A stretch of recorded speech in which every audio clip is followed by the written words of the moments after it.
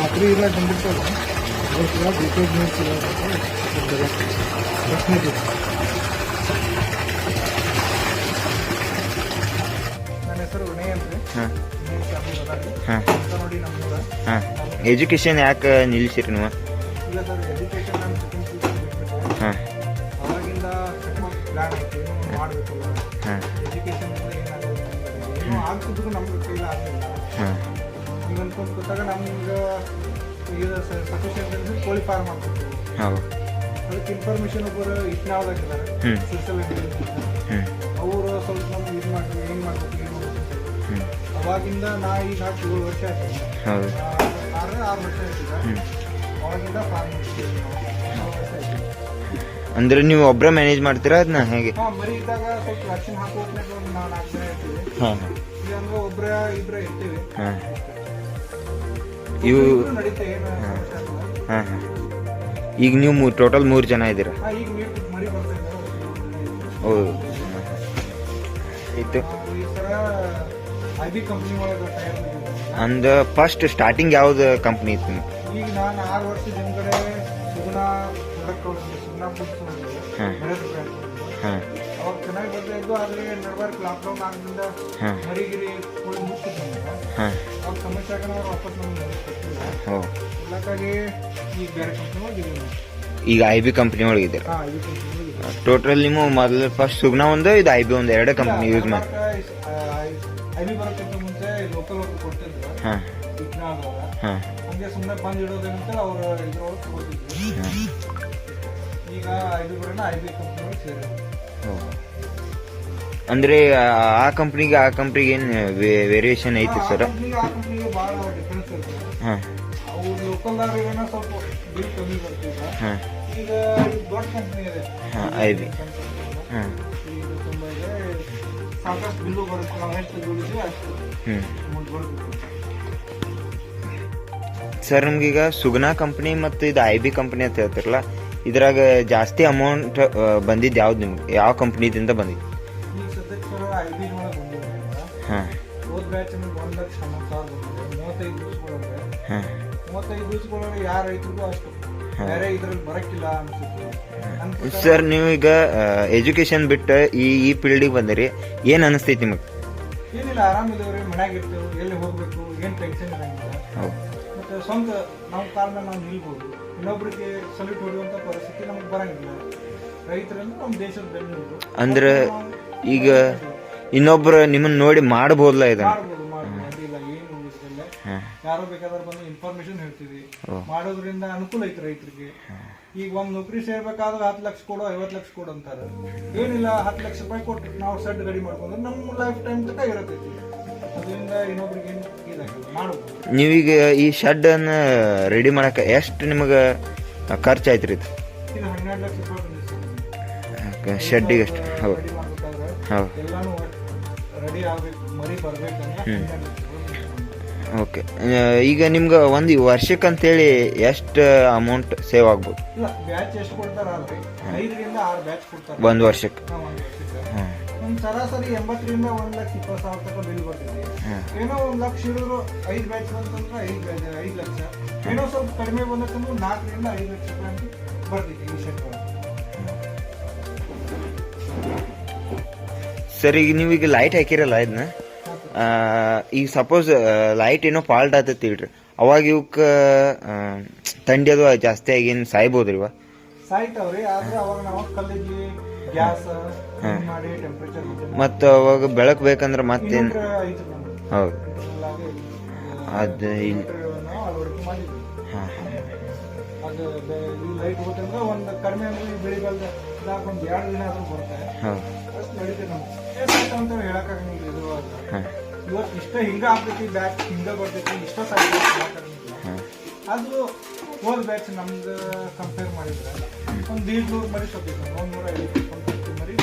ಅದು ಲಾಸ್ ನಿಮ್ಗೆ ಇರ್ತೈತಿ, ಕಂಪನಿಯವ್ರಿಗೆ ಇರ್ತೈತಿ? ಒಂದು ಪರ್ಸೆಂಟೇಜ್ ಕೊಟ್ಟಿರ್ತಾರೆ, ಇಷ್ಟು ಪರ್ಸೆಂಟೇಜ್ ಒಳಗೆ ಇಷ್ಟು ವೀಕ್ನಾಗ ಇಷ್ಟ ಪರ್ಸೆಂಟೇಜ್ ಸಾಯ್ಬೇಕು. ಟೋಟಲ್ ಪರ್ಸೆಂಟೇಜ್ದಾಗ 5%. ಈಗ 4,000 ಮರಿ ಇದ್ದರೆ ಅದ್ರಾಗ 5% ಒಳಗೆ ಸಾಯ್ಬೇಕು. ಮೇಲೆ ಹೋದ್ರೆ ಸ್ವಲ್ಪ ಎಲ್ಲ ಪ್ರಾಬ್ಲಮ್.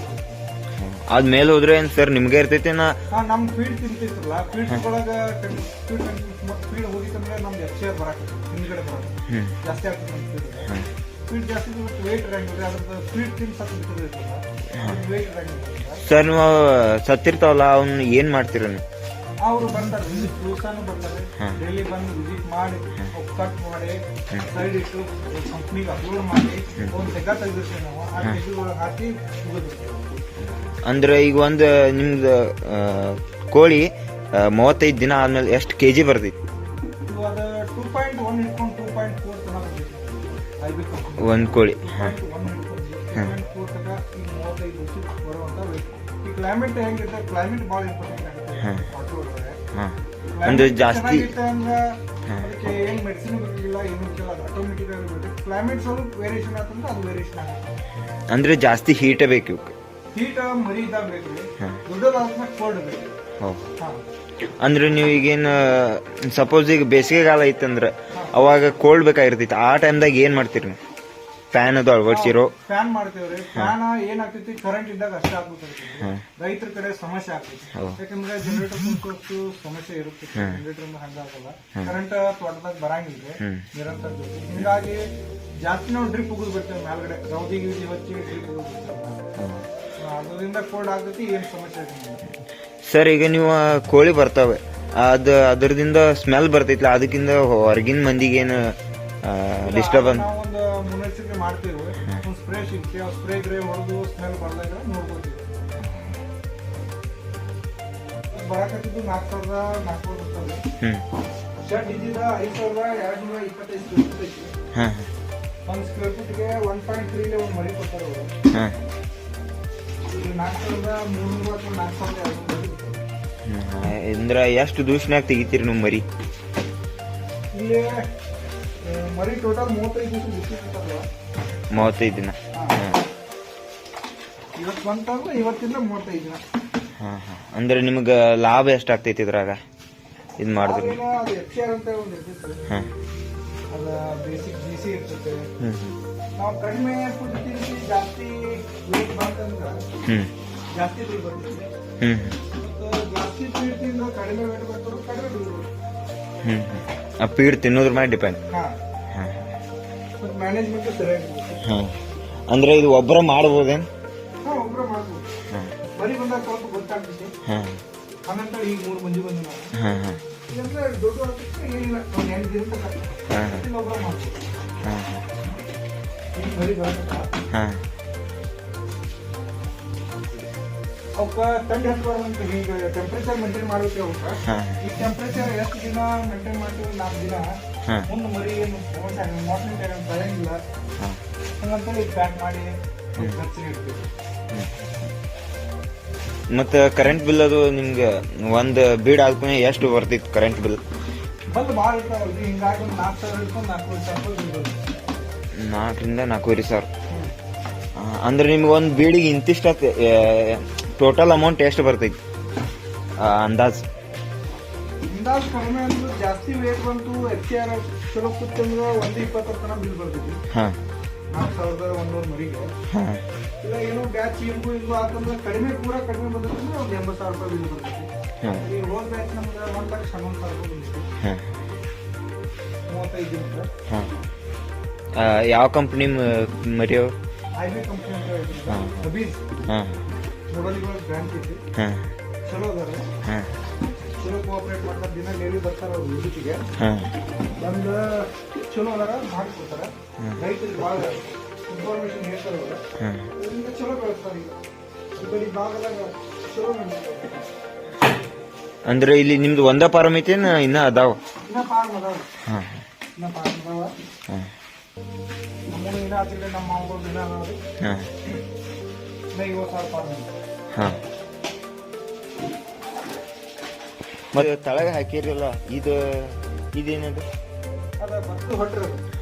ಬತ್ತು ಹೊಟ್ರದ ಇದನ್ನ ಅದಕ್ಕೆ ಹಾಕ್ಬೇಕದು ಚೆನ್ನಾಗಿ ಬೇಕದ. ಹಿಂದಾಗಡೆ ಬೇಕಾದ ಇಟ್ಕೋಬಹುದು ಬೇಡ ಮಾಡ್ಬೋದು. ಲಾಸ್ಟಿಗೆ ಬೇಕಾದವ್ರ 16,000-17,000 ರೂಪಾಯಿ ಮಾಡ್ತೇವೆ. ನಮ್ಮ ಹೊಲಕ್ಕೆ ಹೋಗಿದ್ದೇವೆ. ಅಂದ್ರೆ ಎಷ್ಟು ಡಬ್ಬಿ ಆಗ್ಬೋದ್ರಿ ಇದ ಗೊಬ್ಬರ? 2 ಡಬ್ಬಿ 4 ಡಬ್ಬಿ ಆಗ್ತೈತೆ. ಹೊಲಕ್ಕೂ ಭಾಳ ಚಲೋ ಇದೆ, ಭಾಳ ಬೇಡಿಕೆ ಐತಿ ಈಗ. ಹಾಂ ಹಾಂ ಸುಮಾರು ಜನ ಹೇಳ್ತಾರೆ, ಆದ್ರೆ ನಾವು ಕೊಡೋಕ್ಕಾಗಿ ನಮ್ಮ ಹೊಲಕ್ಕೆ ಜಾಸ್ತಿ ಆಗ್ತೀವಿ. ಹಾಂ ಬಟ್ ಭಾಳ ಆಗತ್ತೆ, ಹೀಗಾಗಿ ರೈತರ ಕಮ್ಮಿ ಕೇಳ್ತಾರೆ.